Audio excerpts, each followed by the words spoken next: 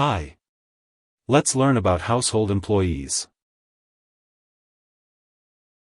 A household employee is someone who is paid to provide a service in their employer's home. Examples of household employees include babysitters, nannies, and gardeners. It's important to note that independent contractors like repairmen, carpenters, and plumbers are not considered household employees. The IRS distinguishes household employees from independent contractors based on who determines the work and how it is carried out. Household employees work in their employer's residence, while independent contractors provide their own tools and offer their services to the public.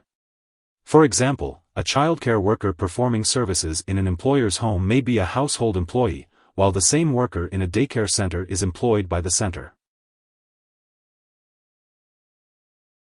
Household workers may be paid on an hourly, daily, weekly, or per-job basis, regardless of whether they work full-time or part-time. Some common examples of household workers include babysitters, caretakers, cleaning people, drivers, housekeepers, maids, nannies, private nurses, and yard workers. Employers who pay household employees more than $2,300 in cash wages during the tax year must pay Social Security, Medicare, and federal unemployment taxes, along with possible state taxes. This is often referred to as the nanny tax.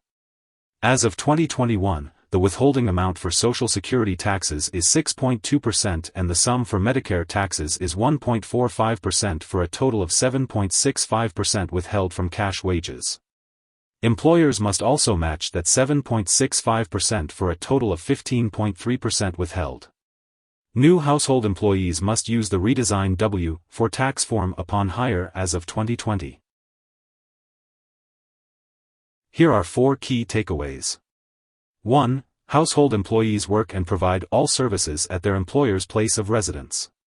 2. Nannies, babysitters, housekeepers, and gardeners are all considered to be household employees.